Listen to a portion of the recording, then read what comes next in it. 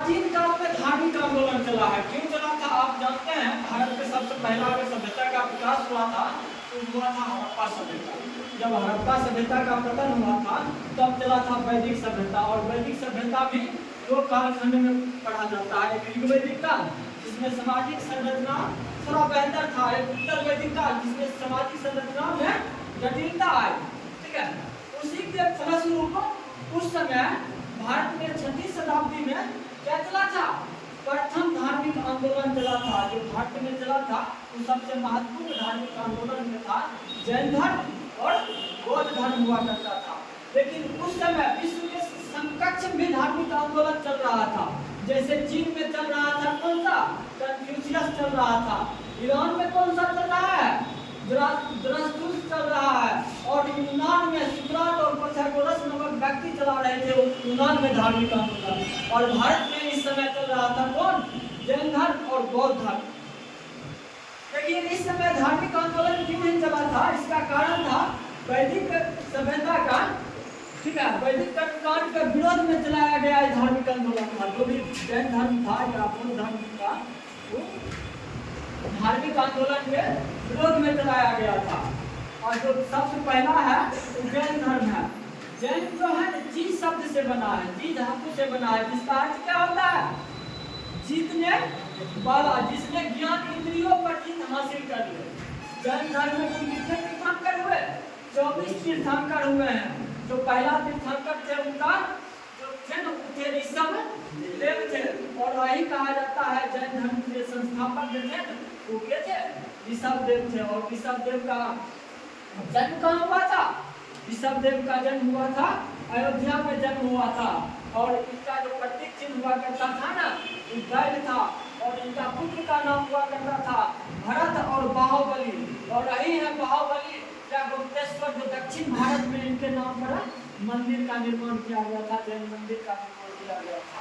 ठीक है, और उसके बाद कहा जाए इनके पिता का नाम था नागीराज और इनके माता का नाम था मरु देवी नाम हुआ करता था।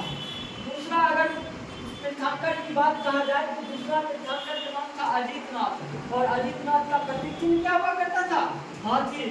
और तीसरा थे संभवनाथ। और संभवनाथ का प्रतीक चिन्ह क्या हुआ करता था? घोड़ा हुआ करता था।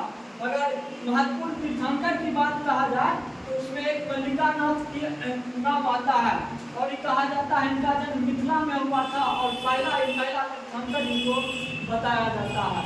और 20वां है मनु सुव्रत। मनु सुव्रत का अगर प्रतीक चिन्ह देखा जाए तो कछुआ है। और 21वां है कि नेमिनाथ। नेमिनाथ का जो है नीलकमल है। और 22वां है अरिष्टनेमि। और अरिष्टनेमि का जो प्रतीक चिन्ह है वो शंख है। और अही है अरिष्टनेमि और एक ऋषभ देव जिसका प्रथम बार उल्लेख किया गया है कहाँ? ऋग्वेद में किया गया है, जिसमें ऋषभ देव को विष्णु को अवतार माना गया है। और अरिष्टनेमि को कहा गया है कि कृष्ण का साथी रिश्तेदार है। ठीक है, और जो ऐतिहासिक तीर्थंकर हुए उसमें 23वां तीर्थंकर हुए पार्श्वनाथ। और 24वां हुए तीर्थंकर महावीर हुए, जिनका प्रतीक चिन्ह पार्श्वनाथ का शंख है और महावीर का सिंह है। आप देखिए 23वां तीर्थंकर जो है पार्श्वनाथ, पार्श्वनाथ का जन्म कहाँ हुआ था? तो काशी में हुआ था। जो है इक्ष्वाकु वंशीय पार्श्वनाथ हुआ करते थे। इनके पिता का नाम था अश्वसेन और माता का नाम था बमा देवी। कहा जाता है जब बमा देवी जब गर्भ में थी, गर्भ धारण किए हुए थी, तो उनको सपना में एक सर्प गर्भ में आते हुए दिखाई पड़ा था। इसीलिए उनका नाम क्या रख दिया है? पार्श्वनाथ रख दिया है। पार्श्वनाथ क्या किए हैं? पार्श्वनाथ की ज्ञान की प्राप्ति जो होता है ना वो 84 दिन में संवेद पर्वत पे होता है। और कहा जाता है कि जब जैन धर्म 50 प्रसार कर रहे थे इनके जो जैन धर्म कहे थे निग्रंथ कहे थे। ठीक है, इनके जो संप्रदाय को जो बोले थे वो निग्रंथ कहे थे। और निग्रंथ के जो अनुयायी थे वो निग्रंथी कहलाते थे।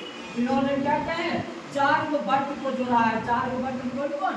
सत्य, अस्तेय और परिग्रह और अहिंसा। ठीक है, और इन्होंने क्या किए हैं? 4 गो संघ की स्थापना सबसे पहले किए थे।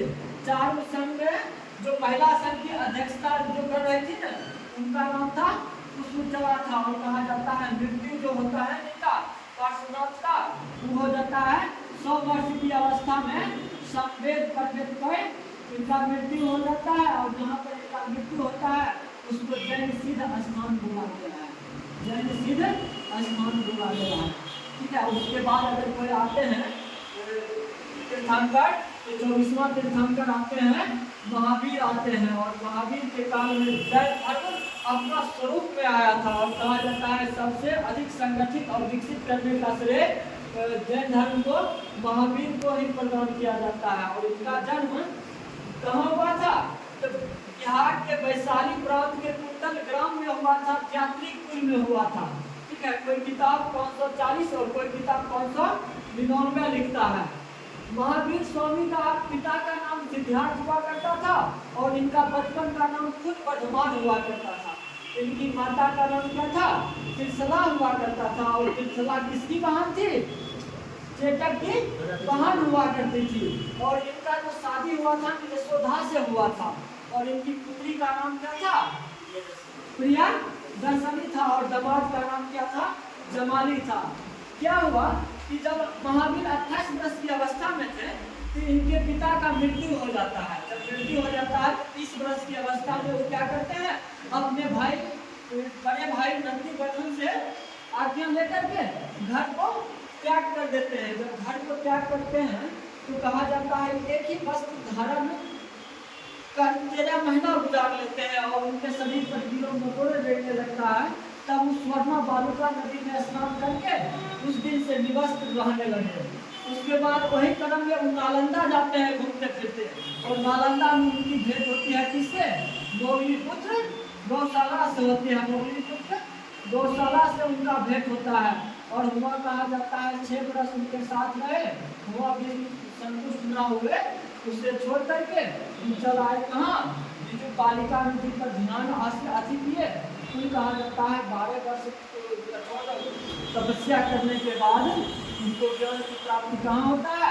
जो बालिका नदी साल वृक्ष के नीचे इनको ज्ञान प्राप्ति होता है, और उस समय से हुआ जीन केवलिन और निगंधनाथ कहा जाने लगा। और जब वहाँ से चले थे तो प्रथम उपदेश कहाँ दिए थे? तो वितुलाचल पर्वत राजगीर में यह प्रथम उपदेश दिए।